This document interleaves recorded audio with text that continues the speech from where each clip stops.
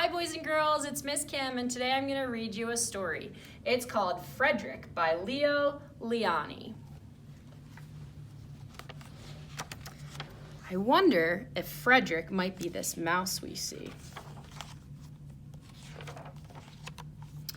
All along the meadow where the cows grazed and the horses ran, there was an old stone wall.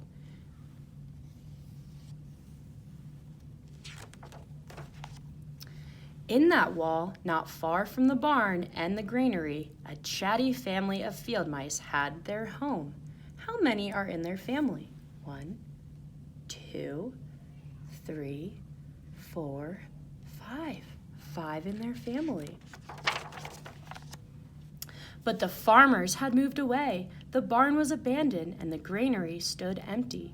And since winter was not far off, the little mice began to gather corn and nuts and wheat and straw. They all worked day and night, all except Frederick. "Frederick, why don't you work?" they asked. "I do work," said Frederick. "I gather sun rays for the cold, dark winter days." And when they saw Frederick sitting there staring at the meadow, they said, "And now, Frederick."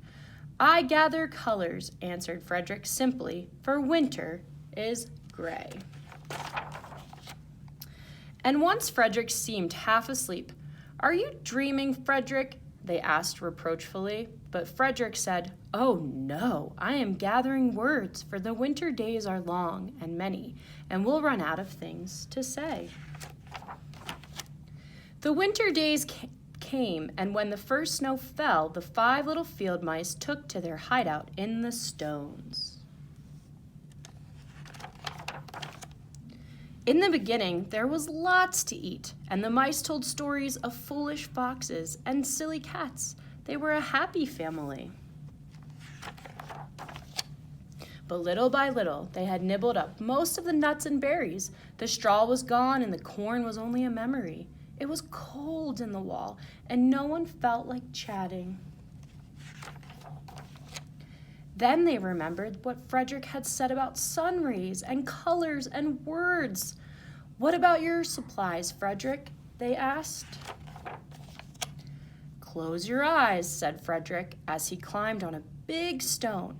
"Now I send you the rays of the sun. Do you feel how they're golden glow?" And as Frederick spoke of the sun, the 4 little mice began to feel warmer. Was it Frederick's voice? Was it magic? "And how about the colors, Frederick?" they asked anxiously. "Close your eyes again," Frederick said, and when he told them of the blue periwinkles, the red poppies and the yellow wheat, and the green leaves of the berry bush, they saw the colors as clearly as if they had been painted in their minds. "And the words, Frederick?" Frederick cleared his throat, waited a moment, and then, as if from a stage, he said, "Who scatters snowflakes? Who melts the ice? Who spoils the weather? Who makes it nice?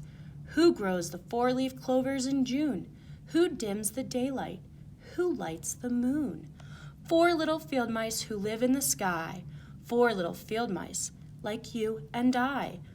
One is the spring mouse who turns on the showers. Then comes the summer who paints in the flowers. The fall mouse is next with walnuts and wheat, and winter is last with little cold feet. Aren't we lucky the seasons are 4? Think of a year with 1 less or 1 more." When Frederick had finished, they all applauded. "But Frederick," they said, "you are a poet." Frederick blushed, took a bow, and said shyly, "I know it." Boys and girls, can you create a poem with your parents at home? I hope you have a good day. The end.